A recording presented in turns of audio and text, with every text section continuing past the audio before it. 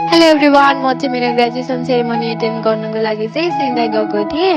यो भिडियो चाहिँ 1 विक अगाडिको नै हो, तर म चाहिँ कामले एकदम धेरै बिजी भएर बल्ल आज भोइस ओभर गर्ने टाइम पाउँदैछु।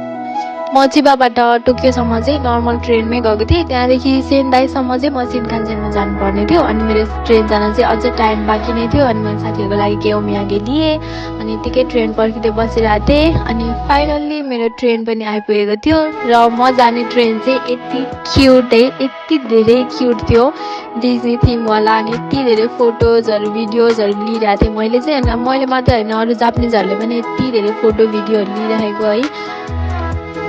अनि मेरो छेउको सेकीमा चाहिँ कोही पनि थिएन, त्यही भएर म एकदम खुसी भएर भिडियोहरू लिइरहेको थिएँ। अनि फाइनल्ली म चाहिँ सेन्दाई पुगिसकेको छु।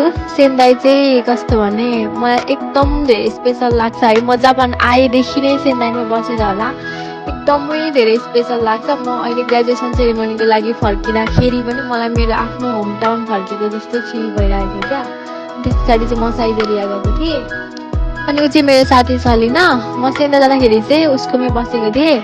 अनि हामी चाहिँ बिहान एकदमै धेरै लेट उठेर अनि हतार रेडी भएर सोचिगयोसिकीको लागि निस्किसकेको थियौँ। हाम्रो सोचिगयोसिकी चाहिँ सेन्दाईको सन प्लाजा हलमा भएको थियो, तर हामीलाई सोमे सोहरू चाहिँ क्लासमै दिनुभएको थियो। अनि त्यो दिन चाहिँ एकदमै धेरै चिसो, कस्तो धेरै हावा चलेको थियो कि त्यो दिन चाहिँ लास्ट चाहिँ चिसो थियो। अनि त्यस पछाडि चाहिँ हामी इमिग्रेसन पनि जानुपर्ने थियो। इमिग्रेसनबाट चाहिँ म एकदमै धेरै खुसी भएर घर फर्किसकेको थिएँ, किनकि मेरो चाहिँ 5 इयर्सको भिजा आइसकेको थियो। मैले चाहिँ 1 इयर्सको मात्रै आउँछ होला मेरो जस्तो लागेको थियो, तर पनि एकदमै धेरै राम्रो भयो।